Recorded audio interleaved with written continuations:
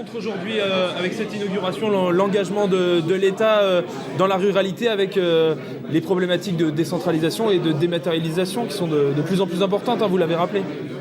Oui, il n'y a pas que l'État, hein, les collectivités sont associées à démontrer qu'il y a un besoin.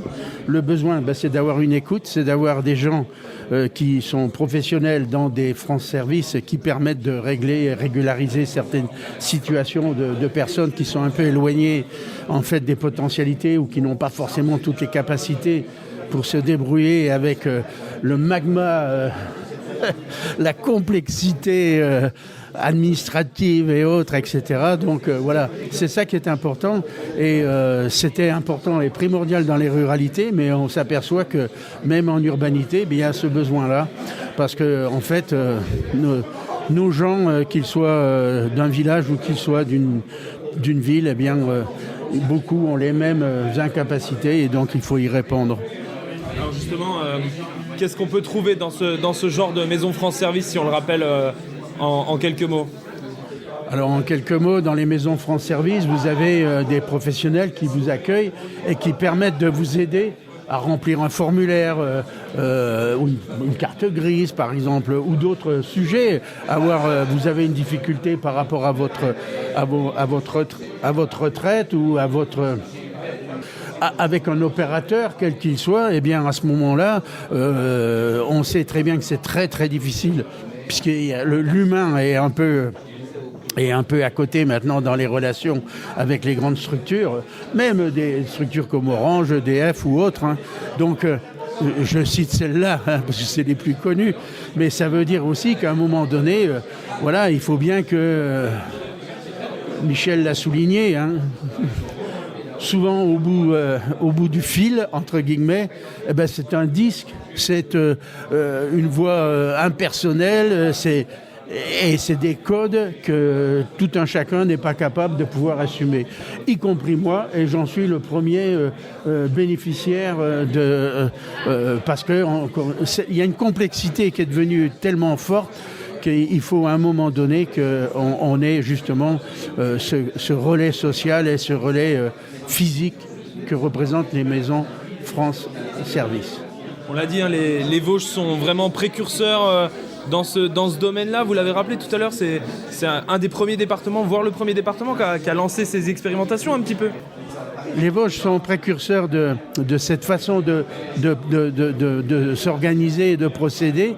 Et c'est vrai, peut-être pas le premier, je ne sais pas, mais un des premiers à avoir couvert, l'ensemble du département est couvert. En gros, on va faire simple, hein, les anciens chefs-lieux de canton ont tous une réponse par rapport à ce que l'on appelle France Service. Et ça vous tenait à cœur de venir aujourd'hui ici dans les Vosges justement pour cette nouvelle maison? Oui, parce que c'est à Épinal. On va me dire, mais tu es ministre de la ruralité. Oui, certes, sauf qu'encore une fois, je ne veux pas faire de distinction entre les gens qui vivent à Épinal ou les gens qui vivent au Voivre.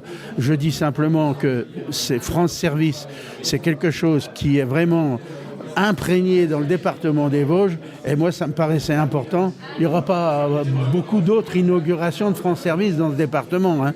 Donc ça me paraissait très important de bien montrer que si ma première visite devait être dans les Vosges, eh bien c'était pour...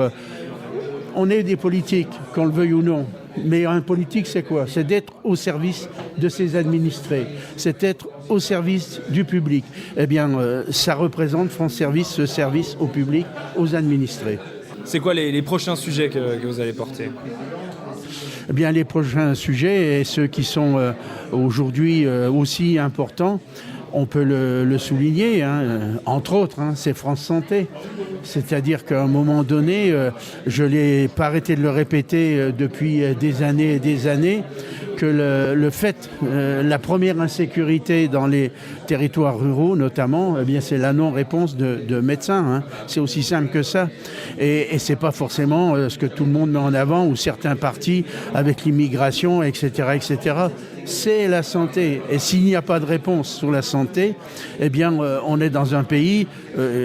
l'espérance de vie en milieu rural est de 2 ans de moins qu'en milieu urbain. À un moment donné, il faut se poser les questions.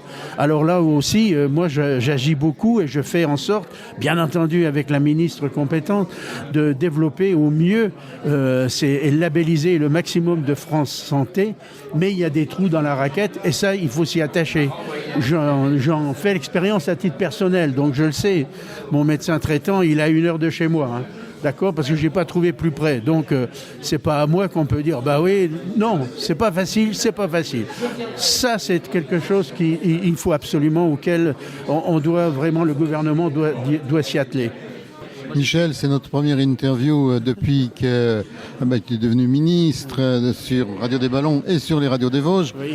Mais un jour, j'ai vu tomber une liste de ministres. C'était assez courant ces derniers mois. Oui. Je vois Michel Fournier. Oui. Je me dis, attends, il y a un problème. Est-ce que c'est celui... Je vais chercher une photo parce que je ne suis pas sûr. Comment se passe la vie d'un nouveau ministre comme ça, d'un tout jeune ministre ? Tout jeune, c'est gentil. En tant que ministre, oui, tiens, c'est une anecdote, mais c'est une réalité. Depuis la Ve République, depuis la création de la Ve République, je suis le ministre le plus âgé à avoir été installé. Ouais, j'ai 75 ans, donc c'est quand même assez étonnant. Mais j'ai 75 ans de niaque, hein.